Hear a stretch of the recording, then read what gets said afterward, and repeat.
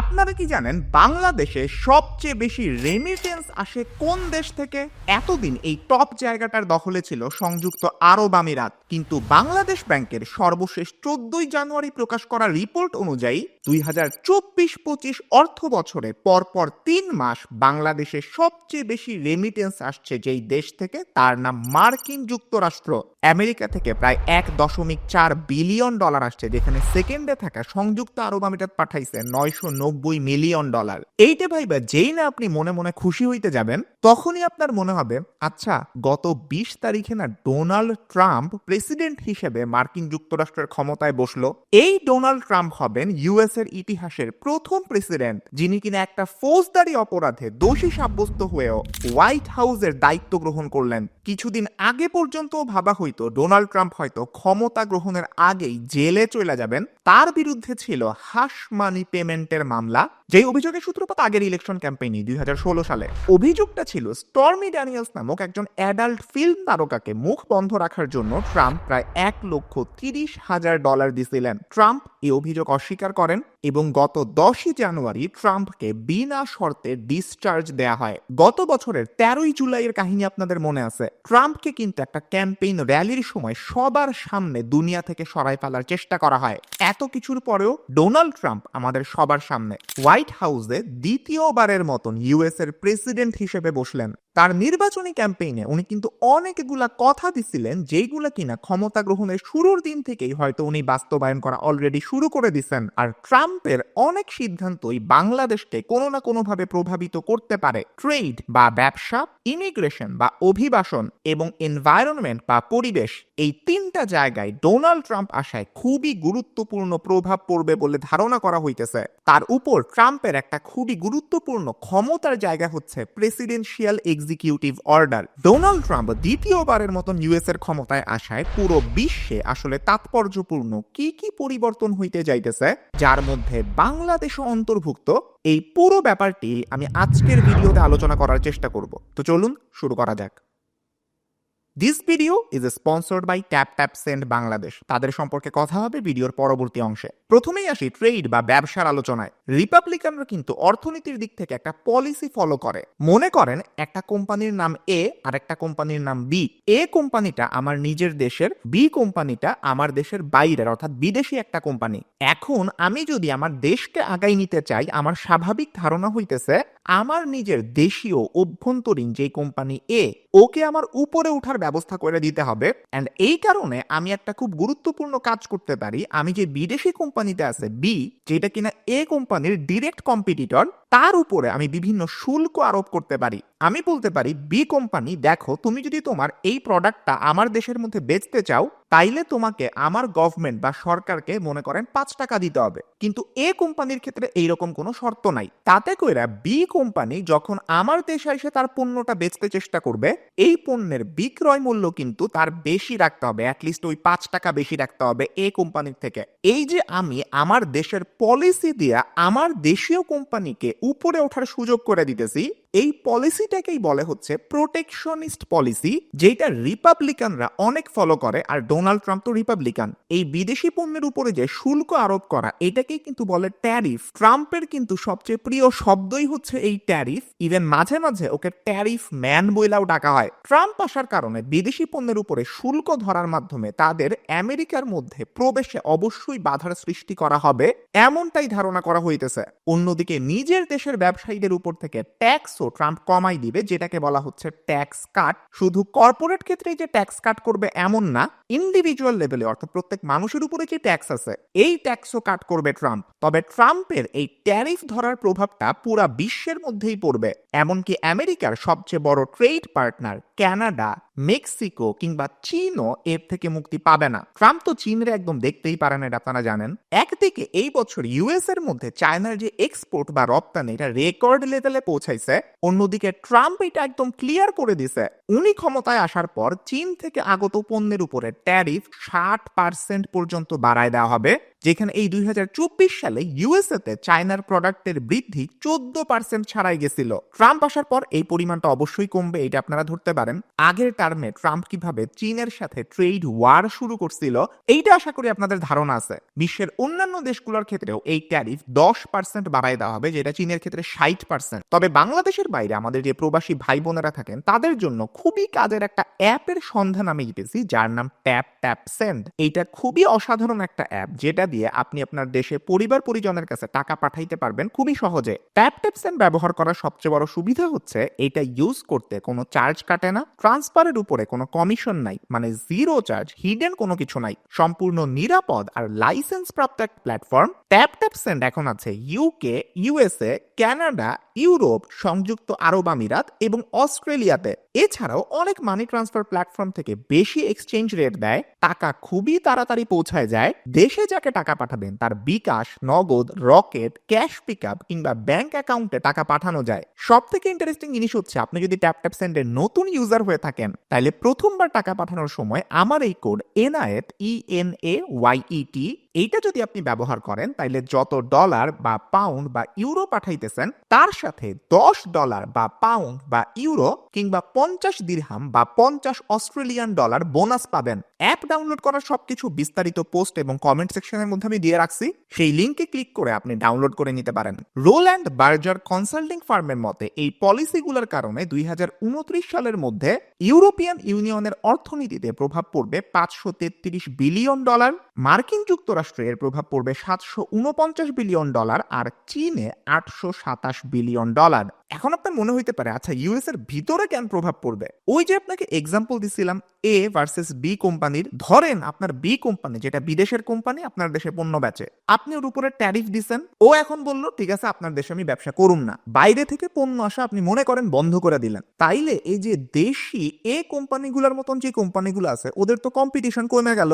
ওরা তখন কি করবে? ওদের নিজেদের পণ্যের দামটা বাড়ায় দিবে। মানে ইউএস এর ভিতরে ইউএস এর মানুষজনকে ওই সেম পণ্যটা হয়তো অন্য বিদেশি কোম্পানি যখন থাকতো তখন কম্পিটিশনের কারণে হয়তো দাম কমে তারা কিনতে পারতো। এখন যেহেতু কম্পিটিশন নাই, এই সেম পণ্যটা ইউএস এর মানুষজনকে হয়তো বেশি দামে কিনতে হবে। এবং এই সমস্যাটাই ট্রাম্প আসলে কিভাবে মোকাবেলা করেন সেইটাই দেখার বিষয়। বিশেষজ্ঞদের মতে ভারত, ইন্দোনেশিয়া, ব্রাজিলের মতন যে উত্থানমুখী বাজারগুলো আছে সেইখানে হয়তো খুব বেশি একটা প্রভাব পড়বে না। লন্ডন ভিত্তিক অক্সফোর্ড ইকোনমিক্সের head of micro economics forecasting Jamie থমসনের মতে ইউএস যদি একদম স্ট্রিক্ট ভাবে এই ট্যারিফগুলো প্রয়োগ করে তবে এই দশকের শেষে বৈশ্বিক অর্থনীতির সাইজ 0.75% ছোট হয়ে যাবে এবং বৈশ্বিক বাণিজ্যের পরিমাণ 3% কমে যাবে। বাংলাদেশের রপ্তানি খাতের একদম মেরুদণ্ড কোনটা বলেন তো? বাংলাদেশের তৈরি পোশাক শিল্প খাত বা রেডিমেড গার্মেন্টস ইন্ডাস্ট্রি। এইটার উপরে খুব বড় কোনো প্রভাব পড়বে এমনটা বিশেষজ্ঞরা এখন পর্যন্ত মনে করতেছেন না। বিশেষত চাইনিজ যে মার্কেটটা আছে, চীনের মার্কেট, রেডিমেড গার্মেন্টস সেক্টরে বাংলাদেশের অনেক বড় একটা কম্পিটিটর। ওদের তুলনায় বাংলাদেশের উপরে তো অবশ্যই ইফেক্টটা কম পড়বে, এটা আপনি বুঝতেই পারতেছেন। এরপরে আসি ইউএস এর অভিবাসন বা ইমিগ্রেশনের আলোচনায়। এই ক্ষেত্রে গত 8 ডিসেম্বর মিট দ্য প্রেসে ট্রাম্পের একটা ইন্টারভিউয়ের কথা বলতেই হয়, যেখানে ইন্টারভিউয়ের একদম শুরুতেই যখন তাকে জিজ্ঞাসা করা হলো প্রেসিডেন্ট হওয়ার প্রথম 100 দিনের মধ্যে ট্রাম্প কি করার চিন্তা করতেছেন, তখন তিনি একদম প্রথমেই বর্ডার বা সীমানার কথা বললেন। What do you plan to accomplish in your first 100 days in office? Well, we're going to do something with the border, and very strong, very powerful. That'll be our first signal, and a first signal to America that we're not playing games. We have people coming in by the millions, as you know, and a lot of people shouldn't be here. Most of them shouldn't be here. তো Trump তো প্রথম দিন থেকেই border নিয়ে কাজ করবে, specially Mexican যারা আছে এবং আমেরিকায় যারা ইলিগাল ইমিগ্রেন্ট অর্থাৎ অবৈধভাবে বসবাস করতেছে তাদের তো একদম খবর করে ফেলবে। চাইনিজদেরকে যেরকম ট্রাম্প দেখতে পারে না, সেই মেক্সিকানদেরকেও ট্রাম্প দেখতে পারে না। ও তো বিভিন্ন নামে ডাকে, ক্রিমিনাল, ড্রাগ ডিলার, এইসব বহুত নামে ডাকে। ট্রাম্প যে আগেরবার আসছিল প্রথম টার্মে, ও কিন্তু মেক্সিকো এবং আমেরিকার যে বর্ডার বা সীমানাটা আছে ওইখানে একটা ওয়াল বা দেয়াল তৈরি করা শুরু করছিল। ধারণা করা হইতেছে সেটা সে কন্টিনিউ করবে। এইটাও ধারণা করা হইতেছে ট্রাম্প আমেরিকার ইতিহাসের সবচেয়ে বড় ডিপোর্টেশন অর্থাৎ আমেরিকা থেকে বহিষ্কার করা এই কাজটা করবে। এর মধ্যে সবার আগে থাকবে ক্রিমিনাল বা অপরাধীরা আর কাগজপত্র ছাড়া যারা আমেরিকায় গেছে তারা। ট্রাম্পের মতে আমেরিকার ভিতরে অনেক ক্রিমিনাল আসছে অন্যান্য দেশ থেকে, এদেরকে সে ধৈরা ধৈরা ঘাড় ধৈরা একদম বাইর করে দিতে চায়। এরপরে তাছে কাগজপত্র যারা আছে তাদেরকে বাই করবে। পিউ রিসার্চ সেন্টারের মতে 2022 সাল পর্যন্ত আমেরিকায় এরকম আনঅথরাইজড ইমিগ্রেন্ট ওয়ার্কারের সংখ্যা বেড়ে 8.3 মিলিয়ন বা 83 লক্ষে পৌঁছেছে। আর আমেরিকায় এরকম আনঅথরাইজড পপুলেশনের সংখ্যা প্রায় 11 মিলিয়ন বা 1,10,00,000-এরও বেশি। কত বড় সংখ্যক একটা মানুষ চিন্তা করেন। ট্রাম্প আসার কারণে এই যে 83 লক্ষ ওয়ার্কার যারা অবৈধভাবে এই আমেরিকার ভিতরে আছে, আর মোট এই 1,10,00,000 পপুলেশন, ওদের ভবিষ্যৎ কিন্তু খুব একটা ভালো বলে মনে হইতেছে না। এইটা ছাড়াও ওয়ার্ক পারমিট, ইউএস ভিসা কিংবা গ্রিন কার্ডের মতন সুবিধাগুলা, এইগুলা সবকিছুই আস্তে আস্তে ট্রাম্পের সময় হয়তো বা কঠিন হইতে পারে, যেটার প্রভাব হয়তো এখন থেকে একটু একটু পড়া শুরু করছে। তবে এখানে একটা কিন্তু আছে, এই যে আনঅথরাইজড ইমিগ্রেন্ট ওয়ার্কাররা কাজ করতেছে ইউএস এর ভিতরে, ওরা কিন্তু সস্তায় শ্রম দেয়। ওদের যদি একটা কাজ করাইতে আপনার বেশি টাকা দেওয়া লাগবে না। সো ওদেরকে যদি আপনি ইউএসএ থেকে বাইর করে দেন, তখন এইটার প্রভাব পুরো ইউএস এর ইকোনমির উপরে পড়তে পারে। Pietersen institute for international economics এর মতে এই কারণে ইউএস এর ইনফ্লেশন রেট বা বলতে পারেন মূল্যস্ফীতি 2% বাইরে যাবে। এন্ড ইউএস এর মূল্যস্ফীতি বাড়লে খুব খারাপ হয়, পুরো বিশ্বের জন্য খারাপ হয়, ইভেন বাংলাদেশের জন্য, কারণ তখন ডলারের এগেইনস্টে বাংলাদেশের টাকার মান আরো নিচে নাইমা যেতে থাকে। এন্ড এইরকম কিন্তু কিছুদিন আগেও হয়েছিল, এটা নিয়ে আমি একটা ফুল ভিডিও বানাইছিলাম, আপনারা চাইলে দেখে আসতে পারেন। আরেকটা জিনিস নিয়ে খুব আলোচনা হইতেছে, ট্রাম্প কিন্তু চায় বার্থ রাইট সিটিজেনশিপটা বন্ধ করতে, অর্থাৎ আমেরিকার ভিতরে যে কোনো মানুষের যেই বাচ্চাই হোক সে আমেরিকার নাগরিক, আমেরিকার সিটিজেন। ছোটবেলা আপনি পড়ছেন না, দুইভাবে মানুষ নাগরিকত্ব পায়, এর একটা ধরন কিন্তু হইতেছে যে জন্মসূত্রে নাগরিক। আমেরিকাতেও এই সিস্টেমটা আছে, আপনি আমেরিকার ভিতরে যে কোনো একটা পয়েন্টে আপনি জন্মান, আপনি আমেরিকার সিটিজেন বা নাগরিক। আমেরিকার সংবিধানের 14তম সংশোধনীতেই বলা আছে এই জন্মসূত্রে নাগরিকত্বের কথা। ট্রাম্প সেটা পরিবর্তন করে ফেলার পক্ষে। The 14th Amendment, though, says that, quote, all persons born in the United States are citizens. Can you get around the 14th Amendment with an Well, we're going to have to executive get a action? change. We'll maybe have to go back to the people. আর এই সব কিছু কার্যকর করার পিছনে ট্রাম্পের খুব বড় একটা অস্ত্র হিসেবে কাজ করবে প্রেসিডেন্সিয়াল এক্সিকিউটিভ অর্ডার। এইটা হচ্ছে মার্কিন যুক্তরাষ্ট্রের প্রেসিডেন্টের এমন একটা ক্ষমতা যার বলে তিনি কংগ্রেসকে পাশ কাটিয়ে নিজেই বিভিন্ন ব্যাপারে সিদ্ধান্ত নিতে পারেন। এই পাওয়ারটা যে ট্রাম্প এখন অনেক ব্যবহার করতে পারেন, এইটা আশা করি আর বলার অপেক্ষা রাখে না। তবে এই ধরনের খুব যুগ পরিবর্তনকারী সিদ্ধান্ত নিতে গেলে ট্রাম্প অবশ্যই খুব সহজে এটা করে ফেলতে পারবেন। ব্যাপারটা এমন না, এটার ভিতরে আরো অনেক জটিলতা আছে, এন্ড এটা করতে কত সময় যাবে এটাও এক্স্যাক্টলি সঠিক করে বলা যায় না। এইবার আসি পরিবেশ সংক্রান্ত বিষয়। ডোনাল্ড ট্রাম্প কিন্তু পরিবেশ নিয়ে খুব বেশি মাথা ঘামাই না, এটা আপনারা জানেন। তার একটা কথা কিন্তু অনেক বেশি ভাইরাল হয়েছিল, drill baby drill. And we will drill, baby, drill.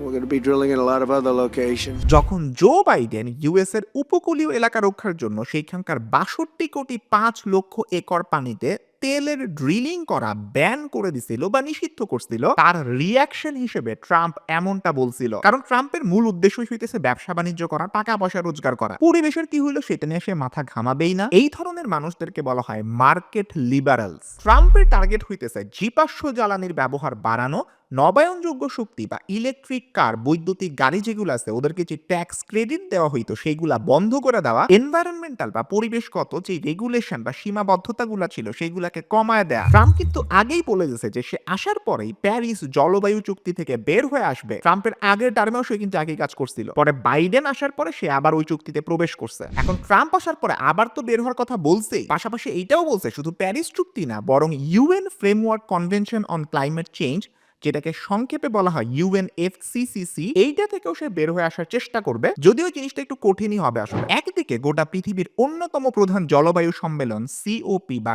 COP29 2024 হইল আজারবাইজানের বাকুতে। পুরা দুনিয়া ভাবতেছে কিভাবে জলবায়ু পরিবর্তনের খারাপ প্রভাবটা মোকাবেলা করা যায়, পরিবেশকে কিভাবে সুন্দর রাখা যায়। কিছুদিন আগেও যেখানে জাতিসংঘের সেক্রেটারি জেনারেল আন্তোনিও গুতিয়ারেস বলতেছেন 2025 সাল হবে জলবায়ুর জন্য অনেক গুরুত্বপূর্ণ একটা বছর।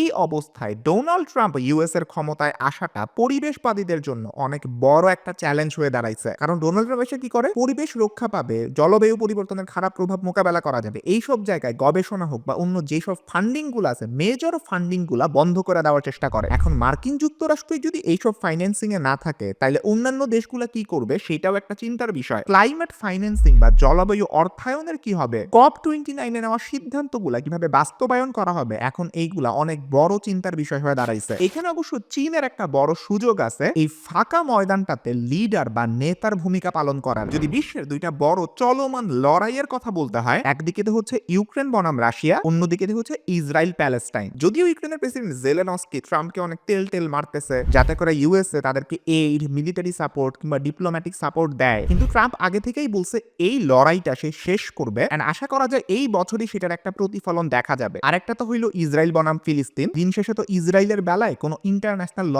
খাটে না, সবই হয়ে যায় তাদের বাবার সম্পত্তি। ট্রাম্পের সময় পুরো বিশ্বের মধ্যে লড়াই বা সংঘাতগুলোর অবস্থা আসলে কি হইতে পারে সেটা নিয়ে আমি পুরো আলাদা একটা ভিডিও বানাইছি, আপনারা চাইলে সেটা দেখে আসতে পারেন। ট্রাম্প আসার কারণে ইন্টারন্যাশনাল অর্গানাইজেশন গুলাতে অনেক পরিবর্তন দেখা যাইতে পারে, যেমন ইউএসএ অলরেডি কিন্তু অনেক জায়গায় ফান্ডিং কমায় দিছে। ন্যাটোতে হয়তো দেখা যাবে ট্রাম্প অন্য সদস্য রাষ্ট্রগুলোকে বাধ্য করতেছে মিলিটারিতে যাতে ওরা ওদের ফান্ডিং আরো বাড়ায়। আমাদের মতন ডেভেলপিং বা উন্নয়নশীল দেশগুলোতে ফান্ডিং হয়তো কমাই দিতে পারে। এইটাকেই কিন্তু বলা হইতেছে ন্যাশনালিস্টিক পলিসি। আপনি অন্য দেশ বা ইন্টারন্যাশনাল অর্গানাইজেশনের কথা না ভাইবা শুধুমাত্র নিজের দেশকে আগে প্রায়োরিটি দিবেন, প্রাধান্য দিবেন, স্বার্থপরের মতন আচরণ করবেন নিজের দেশের সুবিধার জন্য। কিন্তু ভারত কিংবা বাংলাদেশের মতন দেশ যারা কিনা মার্কিন যুক্তরাষ্ট্রের ইন্দো প্যাসিফিক স্ট্র্যাটেজির ভিতরে পড়ে, সেই সব দেশ কিন্তু ট্রাম্পের কাছে বরাবরের মতনই খুবই গুরুত্ব পাবে, কারণ Donald Trump Indo Pacific strategy নিয়ে খুবই সিরিয়াস। এই হচ্ছে মোটামুটি ডোনাল্ড ট্রাম্প আসলে আসলে কোন কোন জায়গায় উল্লেখযোগ্য পরিবর্তন আমরা দেখতে পাইতে পারি তার একটা আলোচনা। ট্রাম্পের মতে এই প্ল্যানগুলোর প্রতিফলন আমরা একদম ডে